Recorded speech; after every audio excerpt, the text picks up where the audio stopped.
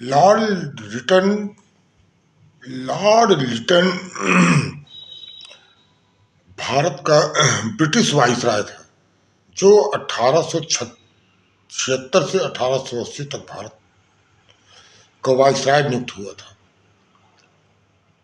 1857 के विद्रोह के बाद ब्रिटिश क्राउन का भारतीयों को आश्वासन था कि भारतीयों के साथ कोई भेदभाव नहीं किया जाएगा और भारतीयों के हित के लिए सर्वोत्तम कार्य किए जाएंगे।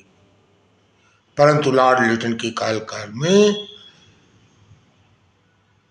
ब्रिटिश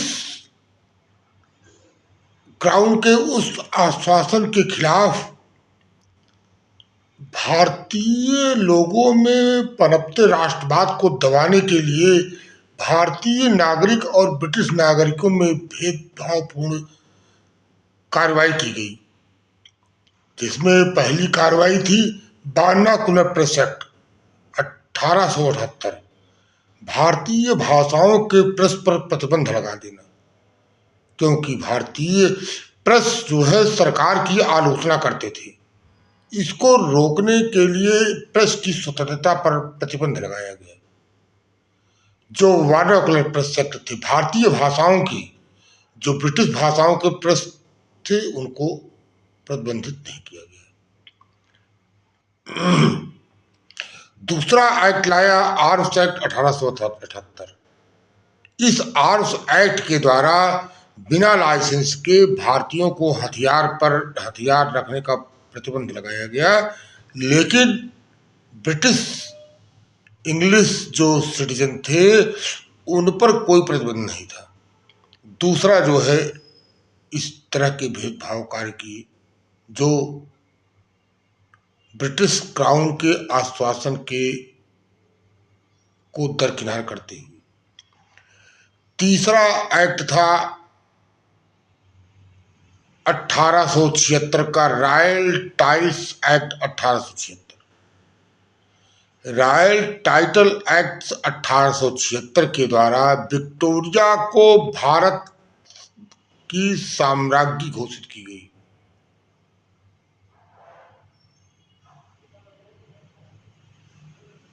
और इसी दौरान 1877 में दिल्ली दरबार आयोजित किया जाता है और लॉर्ड लिटन ने दिल्ली दरबार और उस उत्सव का आयोजन तब किया जब 1870 से 1880 के दौरान हिंदुस्तान में भीषण अकाल पड़ा हुआ था।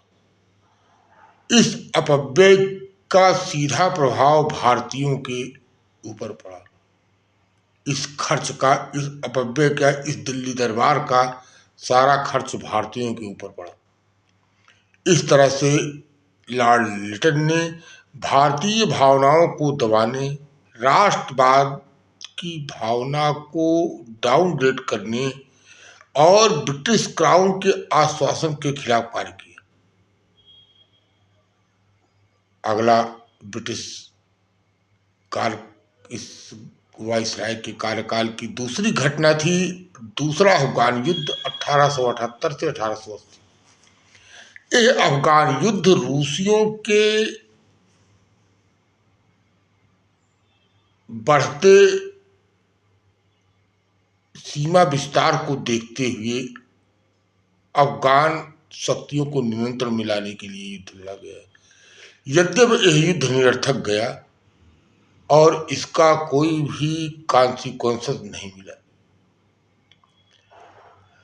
अगला लॉर्ड लिटन का भारतीयों के प्रति भेदभाव का अगला कदम सिविल सर्विसेज एग्जामिनेशन में अधिकतम मैक्सिमम एज लिमिट 21 साल से घटाकर 19 साल कर दिया। 21 ईयर्स मैक्सिमम एज लिमिट को घटाकर 19 ईयर्स मैक्सिमम एज लिमिट कर दिया गया, जिससे भारतीयों को इस परीक्षा के द्वारा सफल होने से हतोत्साहित किया जाए। इस तरह से लॉर्ड लिटन ने भारतीयों के साथ भेदभावपूर्ण कार्य किया, जिससे भारत में इसकी प्रतिक्रिया हुई और राष्ट्रवाद को दबाने के लिए जितना प्रयास किया गया उतनी ही तेजी के साथ राष्ट्रवाद की उत्पत्ति होती है। अगला भारतीयों के अहित के लिए अगला कार्य जो है वो कपास के आयात पर जो कर लगता था उसको समाप्त कर दिया गया है। इसका सीधा फायदा अंग्रेज जो कंपनियां थी उनको फायदा हुआ।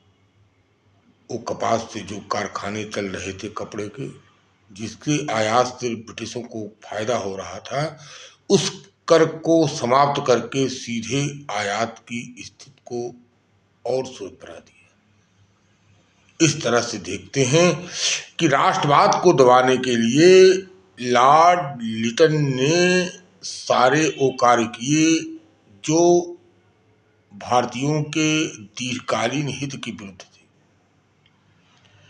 परंतु इस राष्ट्रवाद के दबाने के लिए जो कार्य किए गए उससे भारत में राष्ट्रवाद निश्चित रूप से बढ़ा। सुरेंद्र नाथ बनर्जी, आनंद मोहन बोस ने इंडियन काउंसिल की स्थापना किया 1878 में। इंडियन एसोसिएशन, इसे हम इंडियन नेशनल एसोसिएशन भी कहते हैं, स्थापित किया और राष्ट्रवाद की भावनाओं को आगे बढ़ाने का कार्य किया। इस संगठन का भविष्य में राष्ट्रीय कांग्रेस में विलय हो जाता है। इस तरह से देखते हैं कि लॉर्ड लिटन का कार्यकाल भारतीयों के साथ भेदभाव और उनके सम्मान के खिलाफ सारे कार्य किया गया। धन्यवाद।